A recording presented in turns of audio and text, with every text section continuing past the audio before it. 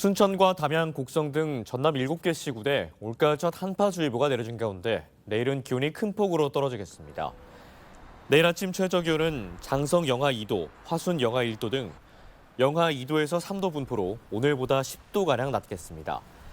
낮 최고 기온은 광주 9도, 여수 11도 등 8도에서 11도 안팎에 머물겠습니다. 찬바람도 강하게 불어 체감온도는 더욱 낮아지겠습니다.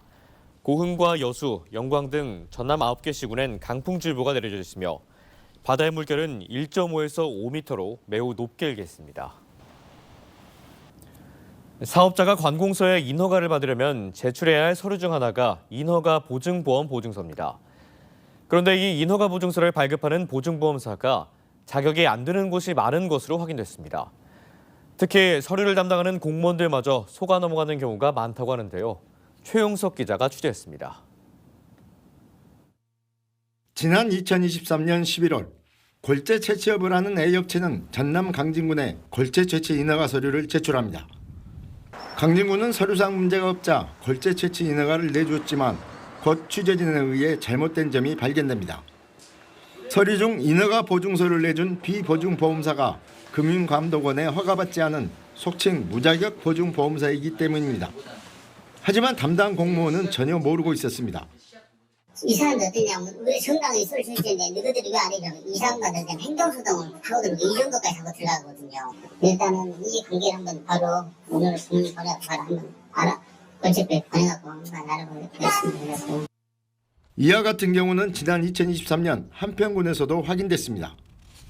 한 골재업체가 한평군에 사업 인허가를 신청하면서 무자격 보증보험사의 서류를 제출해 경찰 수사까지 받은 것입니다. 이렇게 전국적으로 금융감독원의 허가를 받지 않은 무자격 보증보험사는 수십여 곳에 달합니다.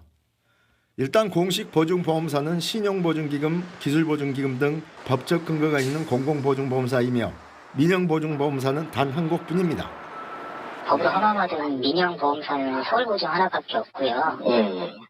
근데 이제 공적 보증기관도 뭐 있잖아요. 그래서 뭐 은행에서 지급보증, 시중은행 있잖아요. 은행에서 뭐 지급보증서를 받아오든지 또는 그 여신 전문회사 쪽에서 또 뭐 부수업무로 신고해서 하는 데는 가능하니까 그런 데서 받아오는 거는 그래도 뭐 인정할 수 있을 텐데 그 이외에는 사실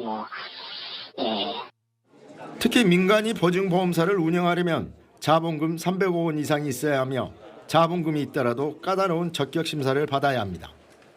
무자격 보증보험사가 활개를 치면서 사실상 가짜 서류로 인허가를 내주는 강공서들이 솟고 있는 것입니다. 1차로 의심을 하면서 꼭 확인 절차를 해보는 것이. 대개 이제 이런 은행이라든가 또 서울보증원의 신보나 기보에다 물어보면 처음 들어본 이런 보증회사다 하면 의심을 갖고 확인을 해볼 필요가 있을 것 같습니다.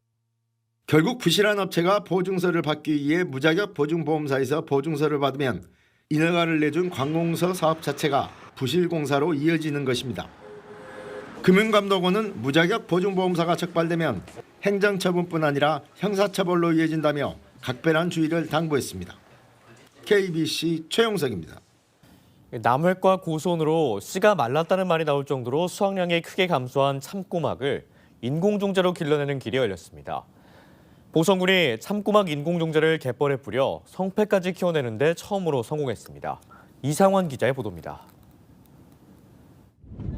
지난 2021년 참꼬막 인공종자를 뿌린 보성 여자만입니다. 어망을 바다에 넣어 갯벌을 긁어 올리자 엄지 손가락만한 참꼬막이 올라옵니다. 깨알만한 인공종자를 넣은 지 4년여 만에 길이 4cm의 성패까지 자란 겁니다. 인공 종묘를 해가지고 갖다 뿌리니까 이렇게 이제 잘 커서 그러니까 또 자식 큰 것 같은 그런 기분이 되고요. 앞으로 이제 말하니 소득이 좀 좋아질 걸로 많은 기대를 하고 있습니다. 1990년대 연간 2만 톤이던 보성 참꼬막 수확량은 중국 수출을 위한 남획과 바다 고수온으로 지난해 23톤까지 감소했습니다. 수확량이 1000분의 1 가까이 줄자 보성군은 2021년부터 인공종자 사업을 시작했고 올해 처음 성체까지 키워내는 데 성공했습니다.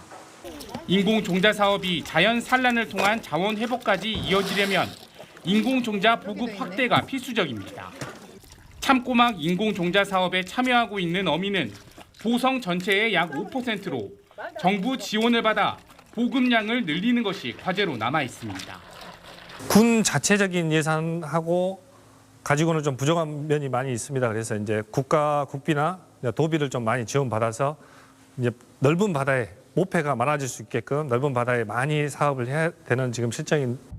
인공종자로 키운 참꼬막은 다음 달부터 본격적으로 출하돼 잃어버렸던 벌교 꼬막의 명성을 머지않아 되찾을 것으로 보입니다. KBC 이상환입니다. 통합의대 설립과 대학 통합 등에 합의한 목포대와 순천대 결정에 전남 지역 지자체들이 환영의 입장을 밝혔습니다. 전라남도 시장군수협의회는 성명을 내고 두 대학의 대승적 결단을 환영한다며 전라남도 의과대학 설립을 위한 아낌없는 지원을 약속했습니다. 또 이번 합의로 180만 도민의 의대 유치 염원을 풀 수 있게 됐다며 통합의대가 지방 소멸의 위기를 겪는 모든 시군의 협력 모델이 될 것이라고 밝혔습니다. 광주 도시철도 2호선 2단계 일부 구간에 대한 공사가 지하에서만 이뤄져 교통 불편이 줄어들 것으로 예상됩니다. 광주광역시 도시철도 건설본부는 최근 공사에 들어간 2단계 구간 중 809와 1409 일부 구간에 대해 지하에 터널을 만들어 굴착하는 터널 방식 공법을 적용할 것이라고 밝혔습니다. 도시철도 2호선 2단계 구간은 광주역에서 전남대, 일곡지구, 첨단지구, 수안지구 등을 거쳐 시청까지 이어지는 약 20km 구간으로 2029년 말 완공을 목표로 하고 있습니다. 네, 어느덧 가을이 저물고 졸업이 다가오면서 학교에서는 졸업 앨범 사진 찍기가 한창인데요. 학생 수가 적은 이른바 작은 학교에서는 수익성이 낮은 탓에 사진업체를 찾기도 쉽지 않습니다. 이런 소규모 학교 학생들의 추억을 남겨주기 위해 전남대학교 사진동아리 학생들이 나섰습니다. 앨범 촬영 현장에 고영민 기자가 다녀왔습니다. 온몸에 힘을 한껏 줘 보디빌더 자세로 찰칵. 졸업모를 쓴 채 미소를 짓고 선생님 친구들과 함께 졸업사진을 찍으며 마지막을 기록합니다. 6학년 학생이 10명에 불과한 이 작은 학교 학생들은 번듯한 졸업앨범을 갖고 싶어도 가질 수 없었습니다.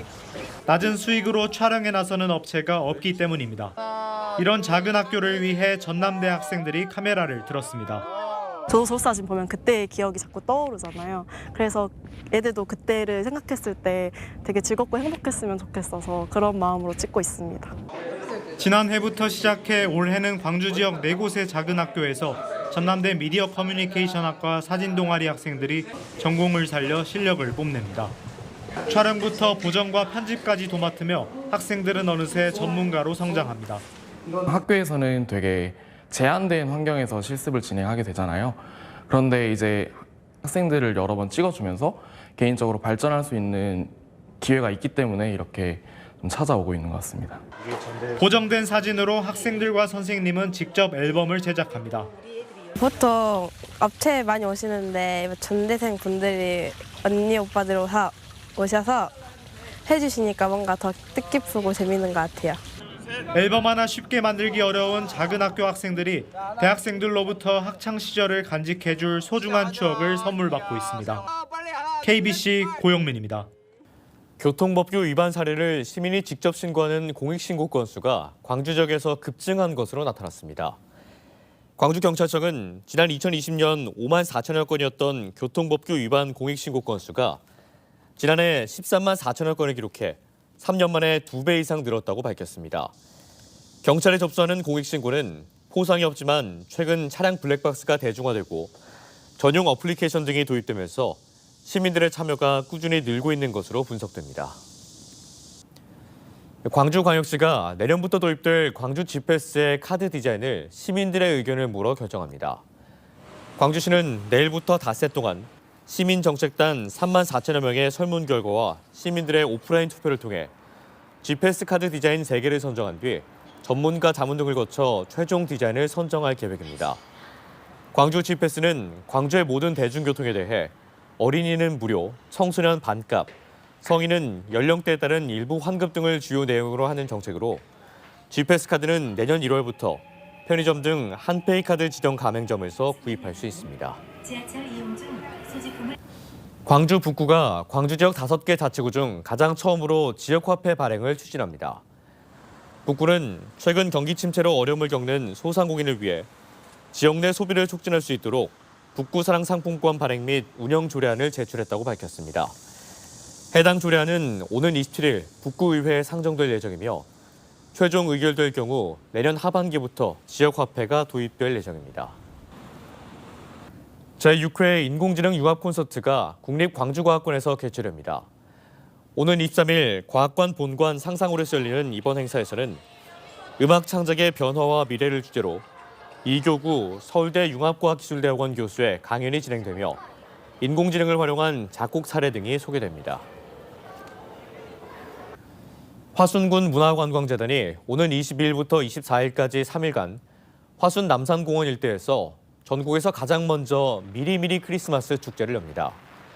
화순 남산공원 중심부에 10m 높이의 대형 스타트리가 설치되며 각종 공연과 퍼레이드, 야시장 등이 열리는 등 축제 분위기가 이어집니다. 미리미리 크리스마스 축제는 유럽의 크리스마스 마켓을 모티브로 열리는 화순의 첫 크리스마스 축제입니다.